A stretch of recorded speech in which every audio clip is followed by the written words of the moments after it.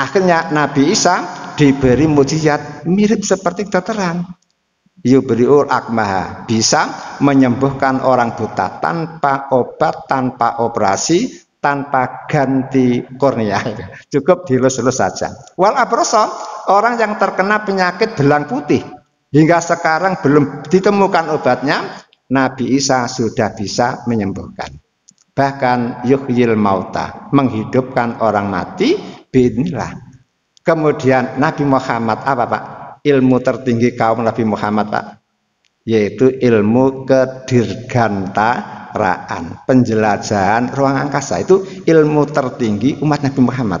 Makanya Nabi diberi mukjizat mirip dengan apa? Penjelajahan ruang angkasa. Karena ini mukjizat, maka tidak bisa ditandingi.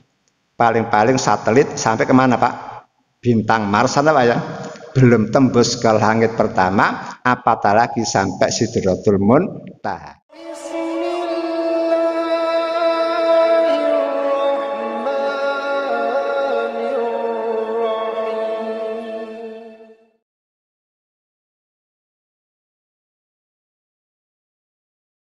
Assalamualaikum warahmatullahi wabarakatuh.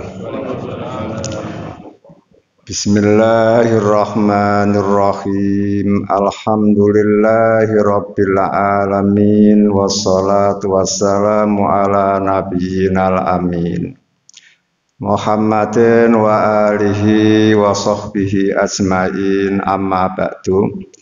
Hadirin Bapak Ibu jamaah salat subuh rahimakumullah. Pagi hari ini saya akan membacakan satu ayat yang ada di dalam surat Al-Isra, yaitu surat yang pertama. A'udzu billahi minasyaitonir rajim. Subhanalladzi, sungguh maha suci Allah. Asra, yang mengisrakan Allah, bi'abdihi, dengan hambanya, lailan, di malam hari, minal masjidil haram, dari masjidil haram, masjid yang terhormat, ilal masjidil aqsa, kepada masjid Aqsa. Aqsa itu yang paling jauh, karena antara Masjidil Haram dengan Masjidil Aqsa sekitar 1239 kilo. Alladzi, yang barokna, memberkahi kami, haulahu, di sekelilingnya, linuriya, untuk memperlihatkan kami, hu, kepada hamba, min ayatina, dari tanda-tanda kekuasaan kami.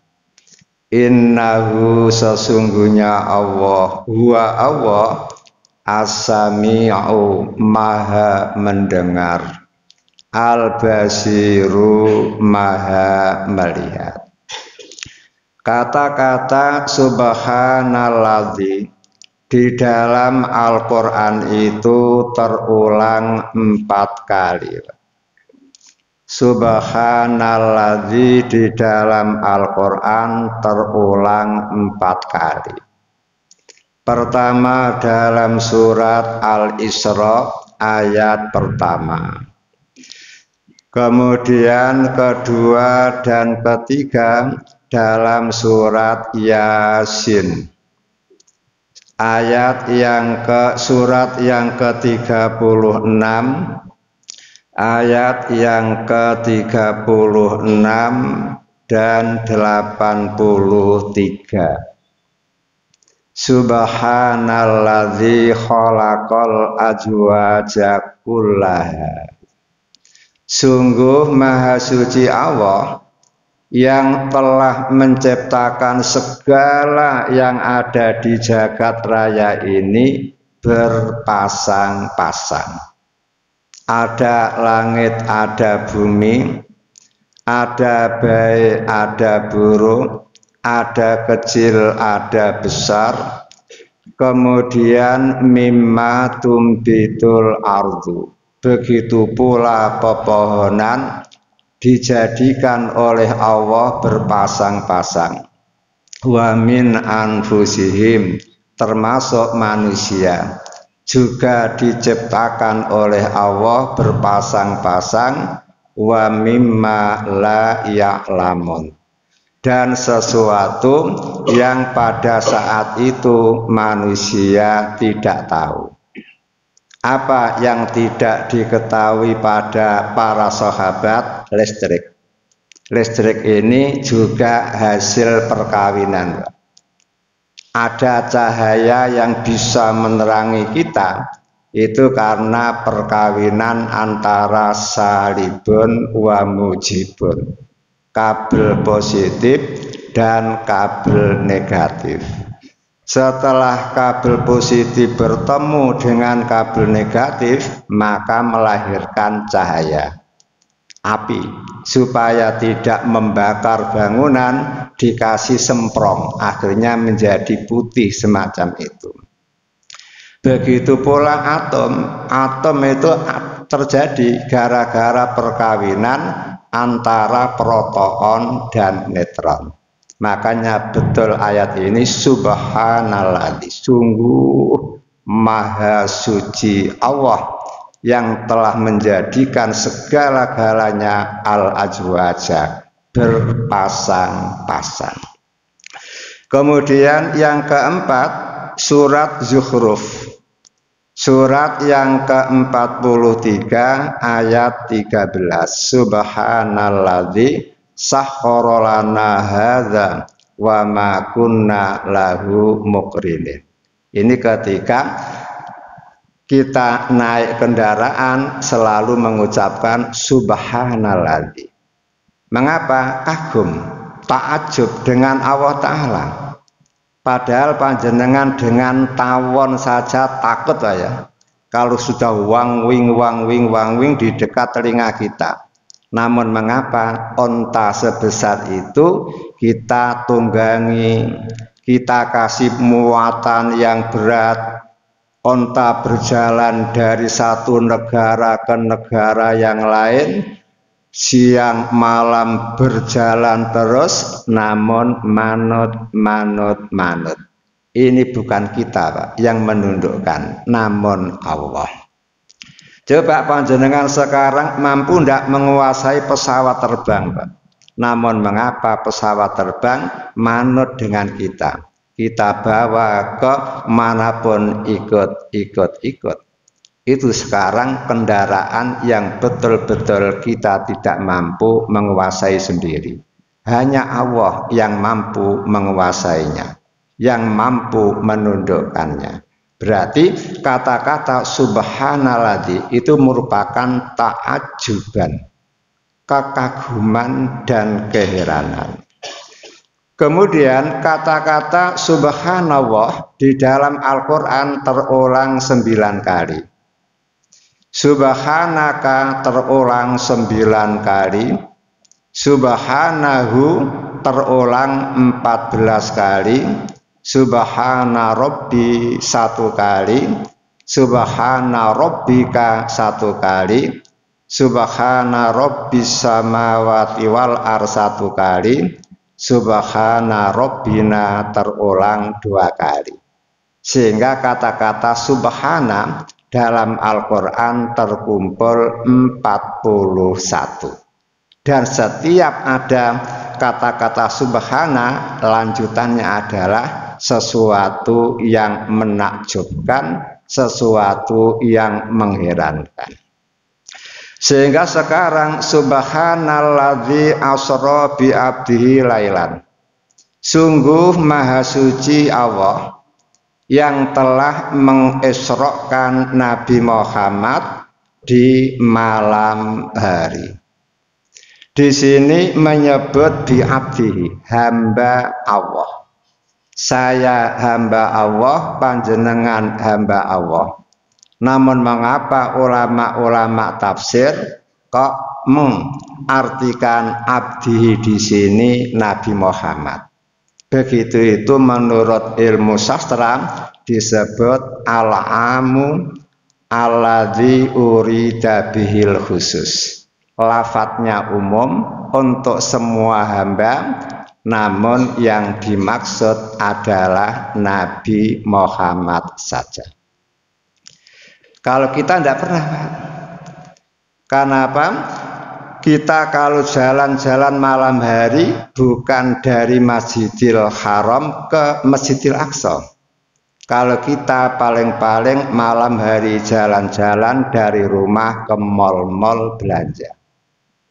Kan begitu? Nabi Muhammad tidak minal Masjidil Haram, dari satu titik masjid ilal Masjidil Aqsa menuju ke titik masjid yang kedua. Kemudian diteruskan kata-kata Aqsa, Pak, masjid yang paling jauh. Ini menunjukkan nanti ada masjid yang utama, yang agung seperti Masjidil Haram, seperti Masjidil Aqsa, namun dekat. Ternyata betul Nabi Muhammad membangun Masjid Nabawi. Masjid Nabawi dengan Mekah dekat, tidak sampai 500 kilo. Berarti ada 3 masjid yang agung, yang istimewa. Yang pertama dekat dengan Masjidil Haram, kemudian yang kedua Al-Aqsa yang paling jauh dari Masjidil Haram. Kemudian poin berikutnya alladzi barakna haulahu, yang mana wilayah yang dilalui oleh Nabi Muhammad ketika Isra dan Mi'raj ternyata wilayah yang full berkah. Kemakmuran tanahnya, sumber alamnya, kemudian orang-orangnya. Bahkan ternyata di Palestina itu melahirkan ribuan nabi. Nabi Yakub mempunyai anak yang banyak, menurunkan nabi itu anak yang bernama Lawa. Anak Nabi Yakub namanya Yahuda, ini banyak melahirkan para raja. Jadi Nabi Yakub itu sumber nabi, sumber peraja. Dari pihak Yahuda menjadi banyak yang menjadi raja-raja. Dari pihak Lawa ini melahirkan beribu-ribu nabi. Itu keberkahannya. Sekarang orang mengatakan keberkahan Palestina hilang gitu. Karena perang terus tidak pernah apa? Tidak pernah berhenti, namun tetap barokah. Barokahnya apa? Orang Islam di sana sedikit, terus dihabisin oleh Israel, namun nyatanya tidak habis-habis, Pak. Ternyata rahim wanita Palestina itu barokah, Pak. Anaknya banyak dan rata-rata berani sekali membela agamanya. Walaupun di sana ya ada kemaksiatan, namun secara umum banyak yang bagus-bagus yang tetap mempertahankan Baitul Maqdisnya, kan begitu. Sehingga tetap berkah. Dan keberkahan itu pun berlanjut besok pada akhir zaman. Disitulah pusat kekuatan yang menghadapi Dajjal. Kemudian kalau sekitarnya saja, Pak, barokah, Pak. Berarti Masjidil Haramnya lebih barokah, Masjidil Aqsanya lebih barokah. Wong hanya sekitarnya saja itu barokah. Sebagai bukti keberkahannya apa? Nabi Muhammad mengatakan salat sekali di Masjidil Haram nilainya lebih baik daripada sholat di masjid Raudhatul Jannah 100.000 kali. Sehingga kalau panjenengan berhasil sholat tahajud sekali saja di Masjidil Haram, koyok-koyok panjenengan dapat tambahan umur, Pak. 274 tahun kurang titik, Pak.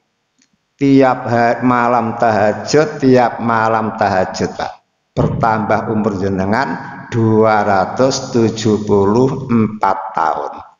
Tiap malam tahajud di Masjid Raudhatul Jannah itu masih kalah dengan sekali tahajud di Masjidil Haram.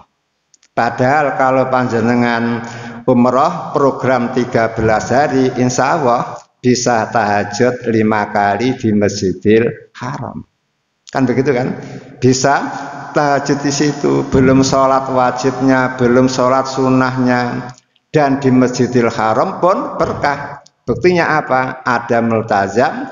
Jaminannya apa? Semua orang yang tulus ikhlas bermohon kepada Allah Ta'ala akan diijabahi. Kalau tidak bisa berada di multazam, seluruh wilayah Masjidil Haram juga tempat mustajab. Sehingga silahkan mohon kepada Allah, karena Allah Maha Kaya. Mohon kepada Allah kekuatan, karena Allah Al-Qawiyyu Maha Kuat. Kemudian Nabi Muhammad mengatakan, siapa yang sholat di masjidku ini, maka nilainya lebih baik daripada sholat di Masjid Raudhatul Jannah 1000 kali. Berarti panjenengan dapat tambahan umur berapa? 2,74 tahun. Kemudian di sana pun ada raudhah yang kata Nabi, siapa yang berada di situ sama dengan berada di Riyadhul Jannah. Riyadhul Jannah termasuk taman-taman surga. Kalau panjenengan rekreasi di Taman Bogor, di Taman Istana Seweneng wayang, udaranya sejuk, seriwing-seriwing. Lalu bagaimana kalau panjenengan berada di taman-taman surga yang ada di dunia ini? Makanya sekarang orang mesti rebut-rebutan supaya tidak berebut-rebut. Akhirnya diadakan tasrih, ya. Harus ada surat keterangan jam sekian, sehingga tertib. Akhirnya orang yang masuk di raudhah bisa sholat dengan khusyuk, tidak berjubel-jubel, juga bisa berdoa dengan khusyuk. Karena apa? Diatur waktunya. Kemudian Masjidil Aqsa pun barokah. Wilayahnya saja barokah, apalagi masjidnya. Sehingga Nabi Muhammad mengatakan, siapa yang sholat di Masjidil Aqsa 1 kali saja, nilainya lebih baik daripada sholat di sini, Pak, Surabaya 500 kali. Berarti ringking 1 Masjidil Haram, ringking 2 Masjid Nabawi, ringking 3 Masjidil Aqsa. Sehingga Nabi Muhammad mengatakan yang paling layak untuk dikunjungi dalam rangka ibadah 3 itu. Pertama, Masjidil Haram ada keberkahan. Yang kedua, Masjid Nabawi ada keberkahan. Kemudian Masjidil Aqsa ada keberkahan. Kalau panjenengan berziarah ke Masjid Kubah Mas boleh, tapi keberkahannya tidak sebanyak 3 masjid ini. Silahkan lihat. Kemudian linuriyahu min ayatina. Nabi Allah mengisrakan Nabi Muhammad untuk apa? Linuriyahu. Agar Nabi Muhammad Allah bisa memperlihatkan Nabi Muhammad min ayatina, sebagian dari tanda-tanda kekuasaan Allah, sebagian dari kebesaran Allah, sebagian dari keagungan Allah. Buktinya apa? Ketika Nabi Muhammad Isra, sebelum Isra di dalam hadis riwayat Imam Muslim, Pak, Nabi Muhammad waktu itu tidur di rumah sepupunya Ummu Hani. Ummu Hani itu adiknya Ali bin Abi Thalib, sedangkan Abu Thalib itu pamannya Nabi Muhammad. Ketika sama-sama kecil, Nabi Muhammad diramut Abu Thalib, sehingga anaknya banyak ditambah Nabi Muhammad. Lah ketika Nabi Muhammad tidur di rumahnya Ummu Hani yang ada di dekat Ka'bah, Pak, tahu-tahu Nabi Muhammad melihat atap, datanglah malaikat. Kemudian ada lagi satu malaikat, dalam satu riwayat namanya Mikail, namun ada yang mengatakan Israel itu. Namun yang banyak mengatakan Mikail. Pada waktu itulah Nabi Muhammad dadanya dibelah. Kemudian hatinya dicuci dengan air Zam-Zam. Kemudian setelah bersih, lalu dada Nabi diisi iman dan diisi hikmah. Mengapa? Nabi dipersiapkan, Pak, untuk diajak Isra dan Mi'raj. Kalau pesawat terbang saja boleh terbang kalau sudah menyediakan apa, Pak? Oksigen buatan, Pak, ya. Karena nanti kalau sudah terbang dengan ketinggian 35.000 kaki dari permukaan laut, oksigen mulai berkurang. Maka orang yang ada di pesawat yasr apa itu? Dhayiqan harajan ka'annama yas'adu fis sama. Orang itu kalau naik ke atas, Pak, maka mengalami dada sempit, nafas sesak. Mengapa? Kekurangan oksigen. Maka pesawat terbang baru boleh terbang kalau sudah membawa oksigen buatan. Sehingga nanti setelah di atas 35.000 kaki dari permukaan laut itu langsung disemprotkan, Pak, sehingga panjenengan bisa menjadi lega lagi, normal kembali. Lah apatah lagi Nabi Muhammad akan diajak Isra Mi'raj, menembus udara, menembus antariksa, menembus yang lain, sampai udaranya pun berlapis-lapis. Ada udara yang sangat dingin, ada udara yang sangat panas itu, dan seterusnya. Maka perlu disiapkan. Setelah operasi selesai, dan ternyata operasi ini terjadi 2 kali, Pak. Pertama ketika Nabi Muhammad masih kecil, di pangkuan Nyai Halimah As-Sa'diyah ketika disusui di situ, di wilayah Taif sana. Karena kalau tidak diadakan operasi bedah yang pertama, Pak, khawatir Nabi Muhammad itu akan larut seperti anak-anak muda kebanyakan, yang minum, yang zina, yang judi, yang tawur, dan lain sebagainya. Karena Nabi Muhammad disiapkan menjadi nabi, maka sejak kecil pun sudah, Pak, perilakunya kelihatan lurus, tidak pernah macam-macam. Homer walaupun waktu itu belum haram, tidak pernah menenggak. Zina waktu itu dianggap biasa karena Islam belum mereka anut. Namun Nabi Muhammad tidak pernah melakukan hal itu. Itulah manfaat pembedahan yang pertama ketika kecil.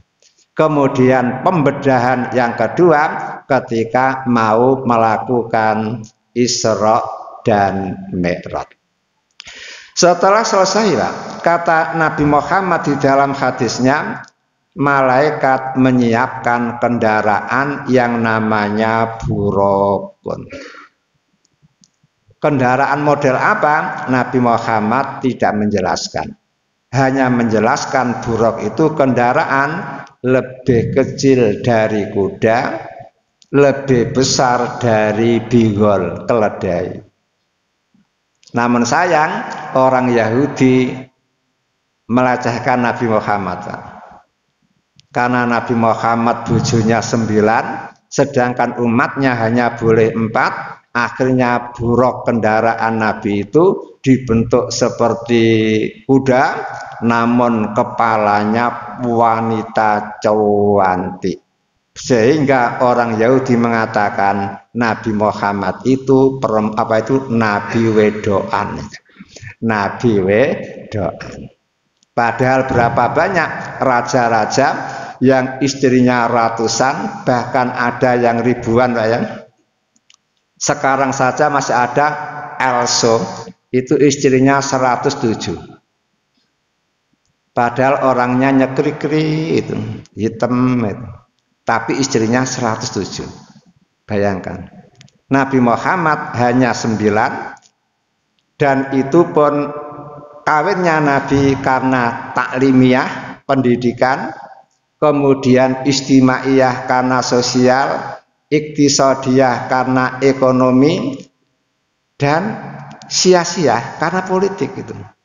Bayangkan Juwairiyah anaknya raja dikawin oleh Nabi, akhirnya bapaknya ikut masuk Islam, semua rakyatnya ikut masuk Islam. Sofia anaknya kepala suku, Pak. Dikawin oleh Nabi, akhirnya semuanya pun masuk Islam. Abu Bakar perjuangannya luar biasa di dalam membela Nabi, anaknya dikawin. Umar perjuangannya membela Nabi dan Islam luar biasa, anaknya dikawin. Utsman begitu hebatnya di dalam mendukung perjuangan Nabi, diambil menantu. Ali yang begitu hebat di dalam memperjuangkan agama Allah, diambil menantu. Sehingga kawinnya Nabi itu bukan lisahwah, bukan syahwat, Pak. Namun ada maksud-maksud tertentu, sehingga Nyai Khadijah usianya lebih tua, Nyai Saudah dengan Nabi itu seumur. Nabi Muhammad kawin dengan Nyai Aisyah usia 6 tahun, habis kawin tetap tinggal sama bapaknya. Setelah 9,4 tahun hijrah ke Madinah, baru serumah dengan Nabi. Apa begitu itu? Kawin dengan anak cilik karena syahwat. Buktinya apa? Habis kawin tidak kumpul serumah bertahun-tahun. Kawinnya Nabi dengan Aisyah itu pun karena perintah Allah Ta'ala, bukan karena syahwat. Makanya jenengan jangan sampai sebagai orang Islam beli hiasan dinding, Pak ya, buruk kendaraan Nabi, bentuknya kuda tapi kepalanya wanita cantik, itu secara tidak langsung termasuk yunyakmilah itu.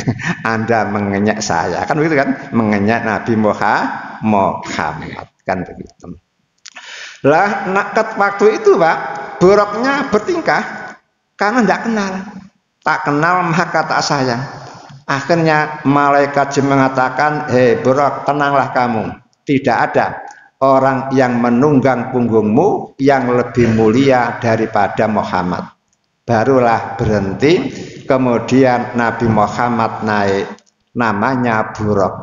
Buruk itu kan barkun. Barkun itu kilat, berarti kecepatannya seperti kilat. 1 detik itu menempuh jarak 300.000 km atau 185.000 mil. Tek 300.000 km, tek 300.000 km.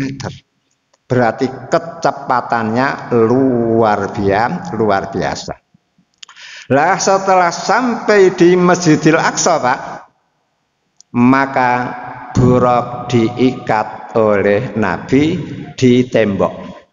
Nah, tembok yang digunakan Nabi mengikat kendaraannya, Pak, sekarang menjadi tembok ratapan untuk orang Yahudi. Orang Yahudi kalau melakukan kesalahan, melakukan dosa, Pak, maka mereka berada di tembok ratapan, nangis-nangis dan lain sebagainya, mohon untuk dimaafkan kesalahan-kesalahannya. Padahal itu dulu tempat Nabi Muhammad mengikat kendaraannya. Mengapa diikat? Ini memberi pelajaran kepada kita bahwa kita ini harus berikhtiar sebelum tawakal itu. Ikhtiar dulu, baru fatafadzal tawakal Allah. Silakan bertawakal kepada Allah Ta'ala. Apa tawakal? Menyandarkan hasil kepada Allah Ta'ala. Sehingga panjenengan hanya kewajiban kerja. Berapa hasil yang akan kita terima, serahkan kepada Allah. Tawakal kepada Allah. Panjenengan punya cita-cita, tempuh cita-cita itu dengan sungguh-sungguh, serius, kerja hati-hati, kerja keras, kerja teliti. Lalu bagaimana hasilnya? Fatawakal ala Allah. Tawakallah kepada Allah. Dan ternyata setelah Nabi Muhammad sampai di Masjidil Aqsa, di situ kumpul rohnya para nabi, kumpul malaikat, kemudian Nabi Muhammad mengimami salat. Salat yang dilakukan tidak salat yang diwajibkan sekarang ini. Ini hanya menunjukkan bahwa ternyata agama Nabi dan agama para nabi yang lain satu, tauhid, mengesahkan Allah. Yang kedua, karena Nabi Muhammad mengimami para nabi, para rasul di Masjidil Aqsa, maka menunjukkan Islam akan tersebar luas. Di daerah manapun yang pernah ditempati Nabi dulu, maka Islam akan sampai ke sana. Dan ternyata betul. Di mana negara Pak yang tidak ada orang Islamnya? Hampir seluruh negara yang ada di dunia ada orang-orang Islam. Padahal pengembangan Islam dihadang sana dihadang sini, ternyata Islam terus saja menyelinap. Justru pada akhirnya mayoritas penduduk Islam, Islam yang ada di Indonesia ini akan kalah Pak dengan orang Hindia itu. Hindia sekarang banyak yang Islam Pak, karena masyarakatnya besar itu 1 miliar lah ya, ranking 2 setelah Cina itu. Kalau Amerika ranking 3 700 juta, kalau Indonesia 270 juta, berarti nanti kalah dengan orang India. Makanya Islam harus terus dikembangkan karena Islam tidak punya kaki, sehingga tidak bisa berjalan sendiri di tiap-tiap rumah. Karena Islam tidak punya sayap, sehingga tidak bisa terbang sendiri ke orang per orang, maka jadilah panjenengan kaki-kaki Islam, sayap-sayap Islam. Itulah yang disebut Isra-nya Pak, berjalan malamnya dari Masjidil Haram ke Masjidil Aqsa. Lah kemudian setelah selesai Pak, Nabi Muhammad baru diajak Mi'raj. Mi'raj ini sudah tidak menggunakan buraq Pak. Mi'rajun alat naik Pak. Berarti apa? Seperti jenengan naik as-salalim al-mutaharikah, seperti naik eskalator itu. Berarti yang bergerak bukan panjenengan, namun alatnya yang bergerak dengan cepat sekali. Pada waktu itu Nabi Muhammad mengidak batu, kemudian dari batu itulah melesat ke sana. Mengapa mau naik saja kok harus pergi ke Masjidil Aqsa? Ternyata pintu langit itu Pak, lurus Pak, garis lurus dengan Masjidil Aqsa. Sehingga tidak bisa jenengan naik ke langit dari Mekah, tidak bisa. Sehingga harus pergi ke Masjidil Aqsa. Setelah Nabi memanjat batu yang sekarang Ya masih ada itu betulnya. Kalau dulu beracak-acakan karena apa? Tidak terurus itu, sekarang sudah dibersihkan lalu meluncur ke Sidratul Muntaha. Kemudian setelah sampai ke langit yang pertama, Pak, ternyata Nabi Muhammad bertemu dengan Nabi Adam. Dan ingat betapa hebatnya Jibril. Ketika sampai di langit pertama, ternyata pintu langit tertutup. Akhirnya diketok oleh Jibril, tok tok tok tok. Penjaga pintu tidak membukakan. Ditanya, "Man, siapa?" Baru jawab apa? Jibril menjawab, "Jibril, saya Jibril." Sudah jelas, Pak, bosnya yang mau lewat, belum dibukakan. "Waman, bersama siapa?" itu. "Muhammad." Belum dibukakan, dia kan alladzi ursila. Muhammad tonggomu apa Muhammad Rasul itu? Kata Jibril, ursila, Muhammad yang menjadi utusan Allah. Baru dibukakan, Pak. Ini Pak harus jangan teladani, Pak. Kalau malam-malam pintu rumah jenengan diketok orang, jangan langsung dibuka. Lebih-lebih ibu-ibu yang di rumah tidak ada suaminya, kalau ada ngetok tok tok tok jangan dibuka. Tanya dulu, "Man, siapa itu?" Kalau ngomong kulo, senggereng, kulo, itu ya. Nabi pernah, Pak, nyenggereng orang malam-malam ngetok pintu rumah Nabi, tok tok tok tok, "Man, Nabi, senggereng, anak kok kulo, gak punya nama. Jabir bir potonganmu." Itu dibuka kan, Pak? Berarti kan begitu kan? Lah kalau jenengan malam diketok pintunya, lalu langsung bukakan, bagaimana kalau ditodong? Bagaimana kalau dikalungi celurit? Ya sudah, bahaya kan? Maka kehati-hatian tiru malaikat. Walaupun malaikat itu hebat, tetap masih berhati-hati. Disitulah Nabi Muhammad ketemu Nabi Adam. Kemudian Nabi memberi salam. Nabi Adam mengatakan, "Marhaban bibnin sholihin wa nabiyyin sholihin." Selamat datang wahai anakku yang sholih, wahai Nabi yang sholih. Kemudian Nabi Muhammad langsung ke langit yang kedua.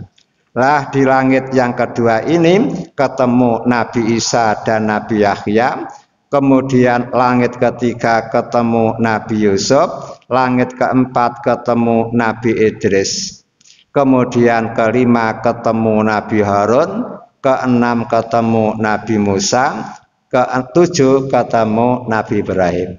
Sedang bersandar di cagak Baitul Ma'mur. Baitul Ma'mur itu merupakan Ka'bahnya malaikat. Setiap hari 70.000 malaikat yang masuk, yang tawaf di situ, kemudian keluar, Pak. Yang sudah keluar tidak akan masuk lagi.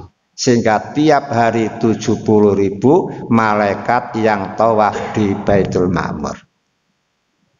Lah kemudian jenengan bertanya, mengapa Nabi kan jumlahnya 124.000?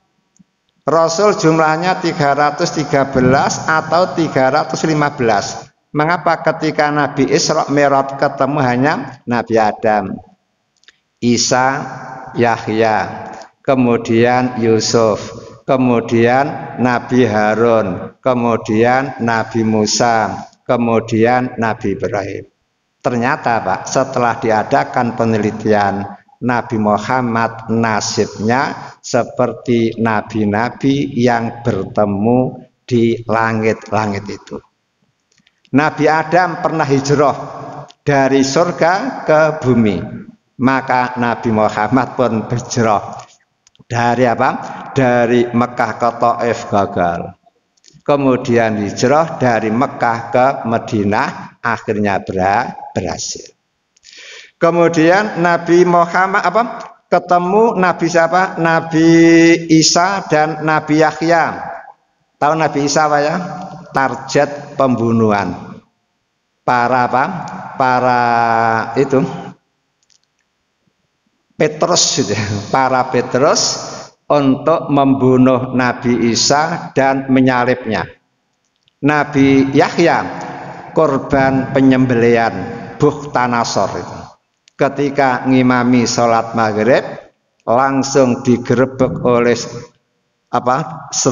serdadu kiriman Bukhtanasor, langsung dipenggal kepalanya, Pak.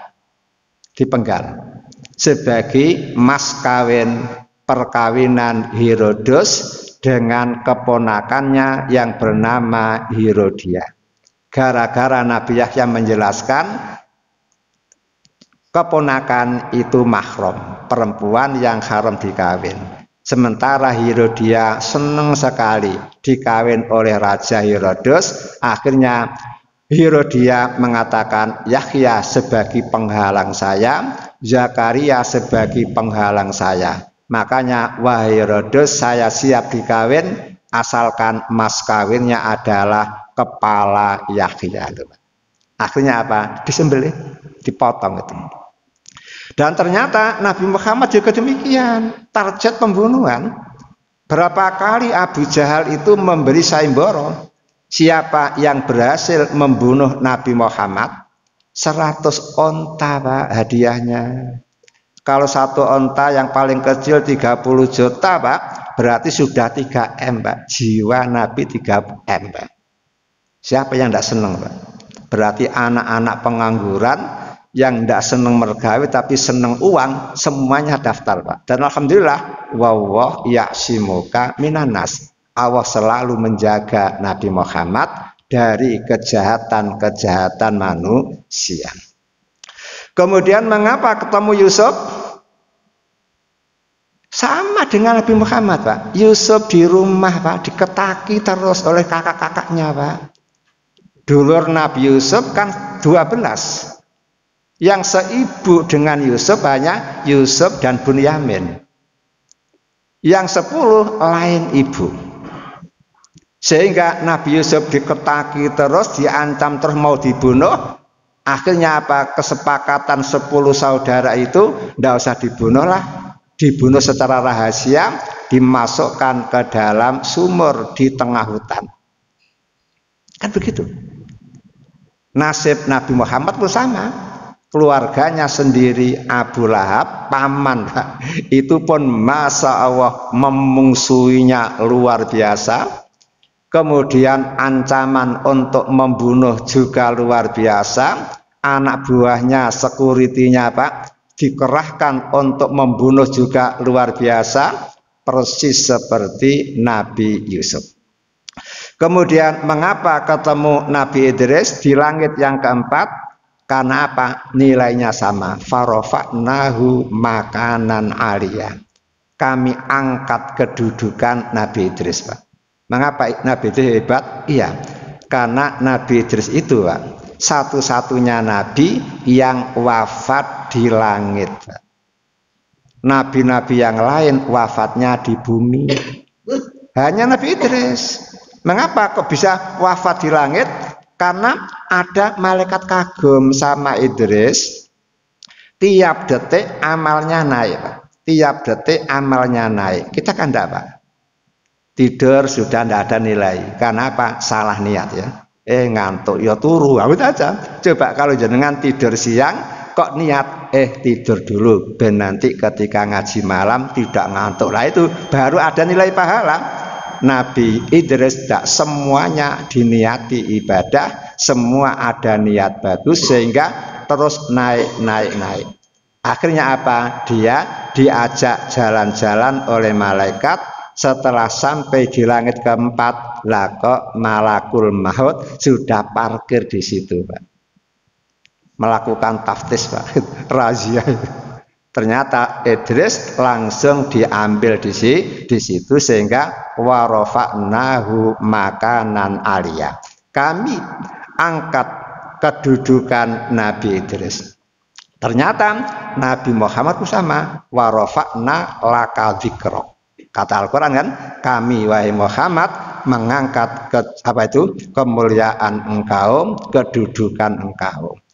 Kemudian mengapa ketemu Nabi Harun? Nabi Harun itu adalah terkenal, Pak. nabi yang lemah lembut. Beda dengan Nabi Musa adik kandungnya yang tegas, keras itu, sehingga menghadapi sesuatu itu dengan keras, sementara Harun lemah lembut. Ternyata Nabi Muhammad sama. Fabima rahmatin minallah linta lahum. Sebab rahmat dari Allah, engkau bisa memiliki sifat welas asih, kasih sayang.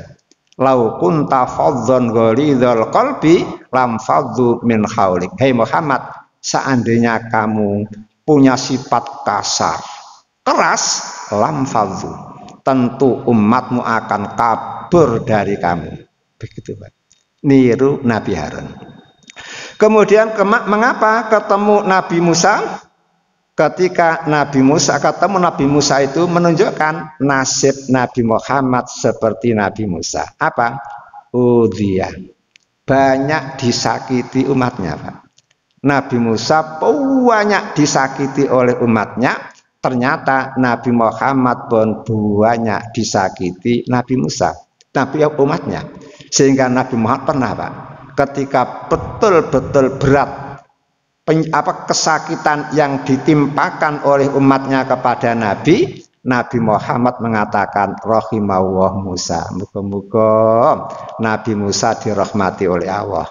Laqad udhiya kasir aksar mini. Sungguh Nabi Musa itu lebih banyak disakiti oleh umatnya daripada aku. Fasabaro, dia kok bisa sabar? Berarti aku pun harus lebih bisa sabar. Kemudian mengapa Nabi Muhammad ketemu Nabi Ibrahim? Iya, Nabi Ibrahim kan wa'id yarfa'ul Ibrahimul qawaida. Nabi Ibrahim yang membangun Ka'bah, Pak, yang sudah hancur gara-gara banjir tofan, tinggal pondasinya saja. Kemudian Nabi Ibrahim dan Ismail lah yang meninggikan. Nabi Muhammad pun meneruskan menjaga Ka'bah itu ila yaumil kiamah, Pak, sampai hari kiamat. Berarti sama, sehingga Nabi Muhammad ketika Mi'raj ketemu dengan itu semuanya. Lah kemudian laqad ra'ahu najlatan ukhra inda sidratil muntaha. Di saat itulah Nabi Muhammad bisa melihat malaikat Jibril dengan bentuk yang asli, Pak, yang kedua kali. Melihat malaikat Jibril dengan bentuk yang asli pertama ketika di Gua Hira. Ketika turun Iqra bismi rabbikal ladzi khalaq. Khalaqal insana min 'alaq sampai malam ya'lam. Ternyata kakinya saja sudah memenuhi ufuk, Pak. Betul-betul besar. Dan Nabi Muhammad sempat ngitung sayapnya 600. Padahal malaikat banyak yang punya sayap 2, ada yang punya sayap 3, ada yang punya sayap 4. Ternyata malaikat Jibril sayapnya 600. Satu sayap, Pak, ditancapkan di Sodom dan Gomorrah, Pak, kampungnya Nabi Lot itu. Diginikan, Pak. Langsung kabur, jatuh lagi, Pak. Faja'alna safilaha aliyaha itu. Yang bawah diangkat, kemudian dikembalikan lagi. Persis seperti gempa bumi Bantul, Pak, ya. Hanya 41 detik, Pak. Sawah diginikan, Pak, oleh Allah. Angkat, kemudian diberikan lagi berat, goyang kanan, goyang kiri, langsung 6.000 orang mati. Rumah ratusan ribu hancur. Tanaman-tanaman hancur semua. Seperti itulah dahsyatnya malaikat Jibril, sehingga disebut dzu quwwatin. Malaikat Jibril itu betul-betul memiliki kekuatan yang luar biasa, sehingga panjenengan jangan bermimpi mau tinju lawan malaikat Jibril. Itu baru Jibrilnya, Pak. Belum malaikat Zabaniyah, tukang pukulnya, penjaga neraka. Lah kemudian yang penting untuk kita adalah ma yustafadu minhu. Apa yang bisa kita ambil pelajaran dari apa? Dari Isra dan Mi'rajnya Nabi. Pertama, Pak, tasliyatan lin Nabi. Isra Mi'rajnya itu merupakan cara Allah menghibur Nabi Muhammad. Mengapa menghibur? Bayangkan ke tahun ke-10 kenabian, Pak, Abu Thalib pamannya Nabi. Walaupun dia tidak masuk Islam, Pak, tapi pelindung Nabi. Semua orang kafir Mekah tidak berani nyentil Nabi Muhammad, tidak berani mencubit badan Nabi karena ada Abu Thalib. Sehingga Abu Thalib sebagai apa? Backing keamanan Nabi. Wafat. Kemudian Nyai Khadijah, lah kok wafat juga, Pak. Padahal dia sebagai pendonor, Pak. Sejak Nabi Muhammad terangkat menjadi Nabi, menjadi Rasul, Nabi Muhammad dipensiunkan dini oleh Nyai Khadijah. Suruh dakwah saja. Kemudian dia yang membackup dakwah. Sehingga rumah Nyai Khadijah selalu rame. Rame karena untuk rapat-rapat, rame didemo oleh orang-orang kafir Mekah, dilempari batu dan sebagainya. Makanya Nyai Khadijah dijanji oleh Allah diberi istana, bukan dari emas, Pak, tapi permata al-mujawwafah, permata yang bolong tengah, Pak, ya, seperti pipa, Pak, semuanya permata. Kemudian hening sekali, tidak ada kegaduhan di situ. Mengapa? Imbal balik. Ketika di dunia rumah Khadijah itu bising karena selalu didemo, maka ketika di akhirat dapat istana yang hening sehingga tenang, istirahat bisa tenang. Kan begitu. Itu imbalan juga. Kenapa? Al jaza min jinsil amal. Balasan Allah itu sejenis dengan amalnya, Pak. Semakin tinggi amal panjenengan, maka semakin hebat pula balasan-balasan Allah. Lah, namanya manusia, Pak. Setelah Abu Thalib wafat, Khadijah wafat, Pak, masa Allah orang kafir semakin brutal, Pak.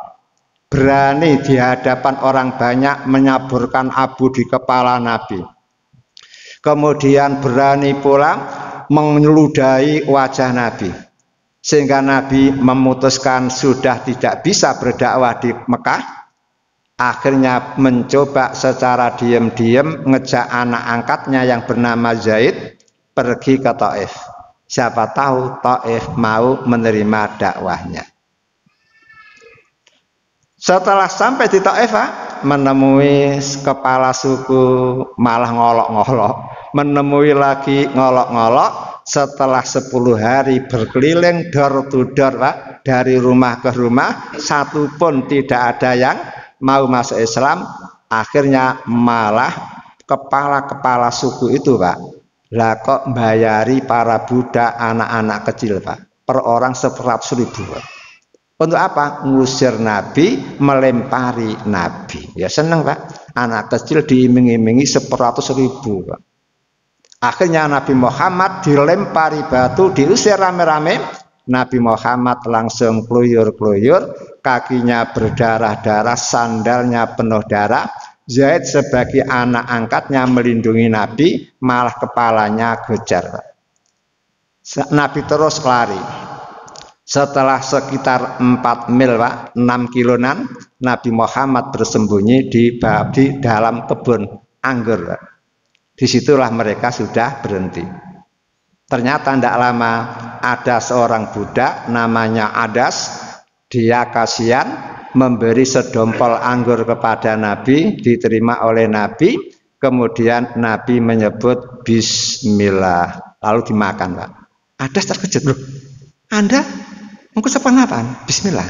Loh, saya tidak pernah mendengar kata-kata Bismillah di Arab, tidak ada. Yang ada di, loh, kamu ini orang mana? Nawi. Oh, berarti kamu ini dulurnya Nabi Yunus. Oh iya. Masa Allah, Pak, Adas langsung masuk Islam, kemudian merangkul Nabi Muhammad, menyatakan diri sebagai pemeluk Islam. Makanya jangan kalau jalan-jalan ke Taif, jenengan bisa mampir di tempat Nabi Muhammad mengislamkan Adas itu. Karena di situ dibanguni Masjid Adas. Kemudian setelah Nabi Muhammad agak kelelahannya hilang, meneruskan perjalanan, Pak. Lalu tidak kuat lagi, kemudian berhenti di ereng-ereng bukit, kemudian sendepel. Disitulah Jibril datang. Dan disitulah malaikat penjaga gunung turun, Pak. Kemudian menawarkan, wahai Nabi Muhammad, ana malakul jibal, aku ini malaikat penjaga gunung.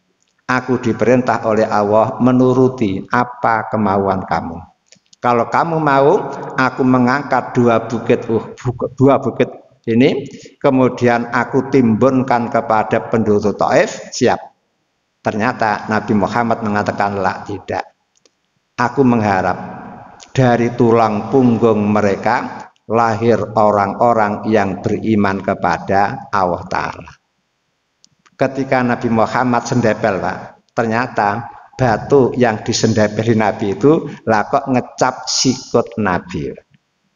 Mengecap sikut Nabi. Makanya di situ dibanguni Masjid Masjid Ku'un. Pakai ain, Pak, kaf waw ain kuun, artinya apa? Siku. Namun karena sudah terlalu lama, Pak, bangunannya watu sama tanah biasa, Pak, tidak ada semennya, Pak. Ya, uwalek, Pak. Kalau jenengan jalan ke sana nanti jenengan tahu uwalek. Mengapa tidak diperbaiki? Karena pepet dengan embong, sehingga kalau diperbaiki parkir kendaraan tidak ada. Sehingga jenengan cukup lewat pakai apa? Di atas bisa saja tahu masjidku yang dari tanah dan batu tumpuk-tumpuk saja. Itu zaman dulu seperti itu. Kenang, disitulah tempat Nabi Muhammad berdoa. Di situ pula Jibril turun. Di situ pula malaikat penjaga gunung menawari Nabi Muhammad itu. Lah, Nabi Muhammad sedih. Namanya manusia seperti kita, Pak, ya. Ditinggal mati istri, ditinggal mati paman, kemudian perjuangannya berhenti total, Pak. Mekah sudah tidak bisa ditembus dengan dakwah, Taif satu-satunya harapan juga tidak berhasil. Akhirnya Nabi Muhammad bingung. Untung waktu itu serombongan dari umat datang, Pak, yaitu jin dari apa? Dari daerah apa? Yaman, Pak, datang itu Bani Nusaibah. Lah kok semuanya menyatakan diri beriman, kemudian mereka pulang langsung jadi kiai. Beda dengan jenengan, Pak, ngaji berapa tahun belum jadi kiai. Kalau jin baru ketemu Nabi Muhammad membaca Quran, dia sudah dai Allah. Mereka bisa menjadi dai-dai yang mengajarkan agama Allah Ta'ala. Lah pada saat genting seperti itulah Nabi Muhammad tasliyah, Pak. Dihibur oleh Allah, diajak rekreasi dari Masjidil Haram ke Masjidil Aqsa, dari Masjidil Aqsa meluncur ke Sidratul Muntaha. Ini pelajaran pertama. Yang kedua, Pak, peristiwa Isra Mi'raj adalah mukjizatan lin Nabi, sebagai mukjizat untuk Nabi Muhammad. Apa mukjizat? Alat untuk mengalahkan hujah orang kafir. Sehingga karena mukjizat tidak ada yang mampu menandingi. Kan betul, Pak. Coba sekarang tenaga apa yang mampu menandingi Isra Mi'raj Nabi Muhammad, Pak? Ketika panjenengan masih kecil dulu, jenengan sudah dengar kan Apollo 11, Pak, ya, meluncur ke rembulan. Nah, mengapa sekarang kok belum ada Apollo yang meluncur ke matahari? Padahal matahari kan hanya 150 juta kilo, Pak. Kalau naik buruk, Pak, hanya 8 menit, Pak. Sudah nyampe matahari. Karena per detik kan 300.000 kilo. Mengapa kok tidak bisa tembus ke matahari? Nabi Muhammad, rembulan lewat, matahari lewat, bintang Syi'rah lewat, langit pertama lewat, sampai ke Sidratul Muntaha. Berarti sudah di luar kemampuan manusia. Dan ciri mukjizat rata-rata adalah seperti ilmu tertinggi kaumnya. Zaman Nabi Musa, perkembangan ilmu sihir pesat sekali, Pak. Sehingga semua orang tua mengharapkan agar anaknya jadi tukang sihir. Kalau tukang sihir hidupnya makmur, begitu, Pak. Akhirnya apa? Nabi Musa diberi mukjizat mirip-mirip seperti sihir. Nabi Isa hidup di saat perkembangan ilmu kedokteran, Pak. Akhirnya Nabi Isa diberi mukjizat mirip seperti kedokteran. Yubriul akmaha, bisa menyembuhkan orang buta tanpa obat, tanpa operasi, tanpa ganti kornea, cukup dilus-lus saja. Wal abroso, orang yang terkena penyakit belang putih hingga sekarang belum ditemukan obatnya, Nabi Isa sudah bisa menyembuhkan. Bahkan yuhyil mauta, menghidupkan orang mati binillah. Kemudian Nabi Muhammad apa, Pak? Ilmu tertinggi kaum Nabi Muhammad, Pak, yaitu ilmu kedirgantaraan, penjelajahan ruang angkasa. Itu ilmu tertinggi umat Nabi Muhammad. Makanya Nabi diberi mukjizat mirip dengan apa? Penjelajahan ruang angkasa. Karena ini mukjizat, maka tidak bisa ditandingi. Paling-paling satelit sampai kemana, Pak? Bintang Mars, apa ya?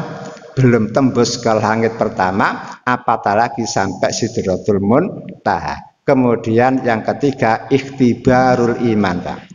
Terjadinya Isra Mi'raj merupakan ujian iman. Iman jenengan diuji.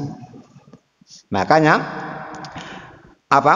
Ketika selesai Isra Mi'raj, Nabi Muhammad ketemu Abu Jahal. Abu Jahal ngomong, "Mat, ada berita baru apa, Mat?" Langsung tanpa ragu-ragu, aku diisrakan dari Masjidil Haram ke Masjidil Aqsa, kemudian meluncur ke Sidratul Muntaha. Masya Allah, Abu Jahal sewenang, Pak. Kelihatan gilanya itu, Pak. Kata Abu Jahal, kamu mau ngomong seperti ini di hadapan semua orang? Mau. Dah kalau gitu aku yang akan mengumpulkan mereka, aku menyiapkan tirupnya, aku menyiapkan snacknya, aku yang menyiapkan segala-galanya. Yang penting kamu mau ngomong semacam itu. Oke, kata Nabi. Begitu dia berusaha membuat undangan, Pak, ketemu Abu Bakar, kamu percaya apa? Temanmu mengatakan tadi malam di Isra Mi'rajkan dari Masjidil Haram ke Masjidil Aqsa, kemudian meluncur ke Sidratul Muntaha, kembali lagi ke Mekah hanya sebagian malam. Kata Abu Bakar, apa Nabi Muhammad ngomong begitu? Iya. Oh, kalau Nabi ngomong begitu, sodaktu, aku mempercayai. Bayangkan, Pak, tanpa akal. Makanya Abu Bakar langsung punya gelar Abu Bakar As-Siddiq, orang yang sangat amat membenarkan Nabi, tidak pernah ragu sama sekali. Sehingga akal tidak terpakai oleh Abu Bakar. Yang penting Nabi sing ngomong oke, ya begitu. Lah dari sini jangan bisa menyimpulkan kekuatan lihat manusia, Pak, ada tiga. Ada manusia itu lihat dengan mata kepala. Kalau itu terbatas kan, paling-paling jenengan lihat kapal udara, Pak, semakin tinggi tidak kelihatan kan. Kemudian ada lagi melihat dengan alat mikroskop atau teleskop, juga terbatas. Kemudian yang ketiga melihat dengan mata iman. Lah kalau panjenengan melihat dengan mata iman, Pak, panjenengan tahu Mas Rokib di kanan, Mas Ate di kiri. Jenengan tahu besok ketika di alam barzah ada ujian alam barzah. Pengujinya siapa? Malaikat Mungkar Nangkir. Kalau panjenengan melihat dengan mata iman, kelihatan surga neraka. Surga untuk yang mukmin, neraka untuk yang kafir. Dengan mata iman, jenengan tak kenal sama Allah dan tahu Allah itu ada. Kan begitu kan? Nah, sekarang Isra Mi'raj kalau dilihat dengan mata iman, Pak, percaya. Karena apa? Fa'alun lima yurid. Allah itu bisa melakukan apa saja yang dikehendaki. Sayang waktunya habis, Pak, ya. Sekian dulu. Kurang lebihnya mohon maaf. Mari kita akhiri dengan doa kafaratul majelis. Subhanakallahumma wa bihamdika Asyhadu an la ilaha illa anta astaghfiruka wa atubu ilaik. Walhamdulillahi rabbil alamin wal afu minkum. Assalamualaikum warahmatullahi wabarakatuh.